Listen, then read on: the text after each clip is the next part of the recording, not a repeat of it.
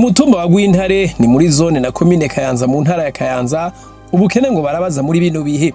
Abaho bavuga ko imvo ari kubera ihinguriro ry'imbabura za kijambere bitaziganya amakara zikorwa mu ibumba, ku munsi bagashobora kubumba imbabura zirenga 150.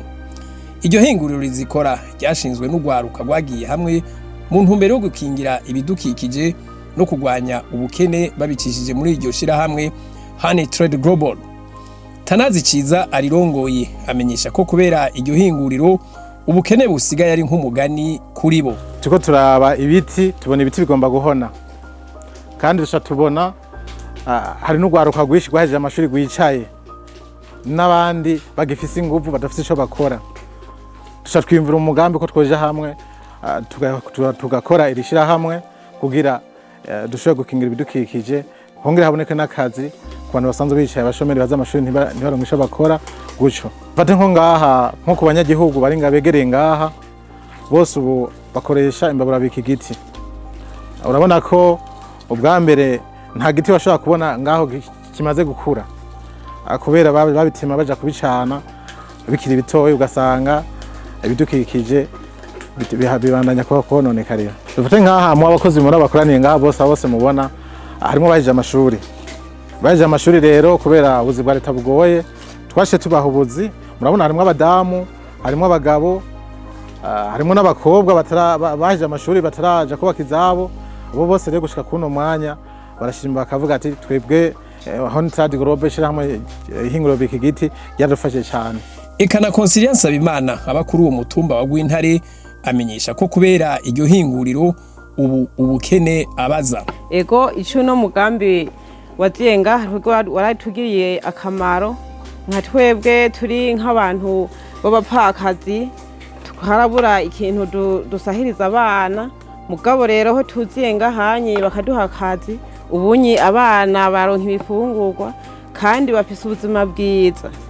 Urabona yuko abana b'abanyeshuri bahora babirukana kubera minerevare canke udukaye canke udukaramu, aho tuziyeronga hanye ntibarasubira kubirukana ku buryo duhembwa ku kwezi.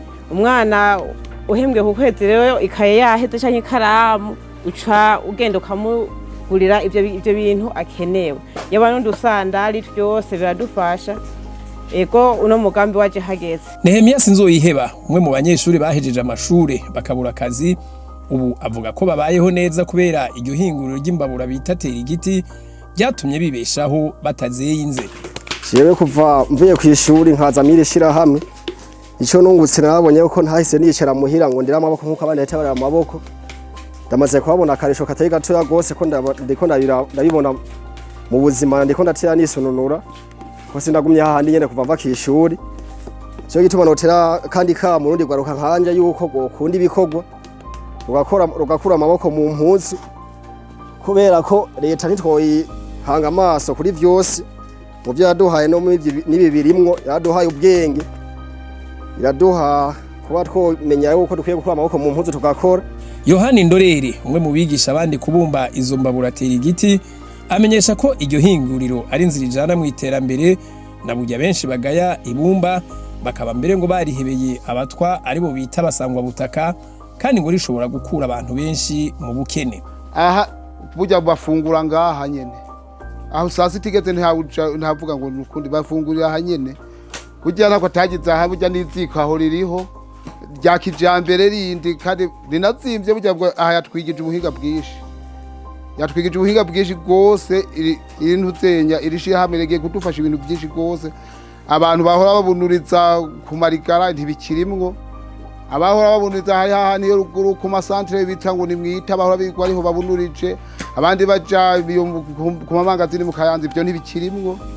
Abirirwa nk'abantu bigwa bakorera mu bahora bigwa bidojya leta ibyo ntibirimwo. Bavuga ati nta ngorane, ubu muntu yatubereye umuvyeyi. Aha bamwe baraguze impene barambara neza, bari bamerewe nabi, barashima.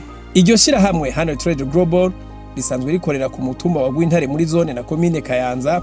Uretse kubumba imbabura za kijambere, ubungurira hingura n'amatafari ya kijambere cyo kimwe n'amategura, rikaba ari hakazi abarenga 150.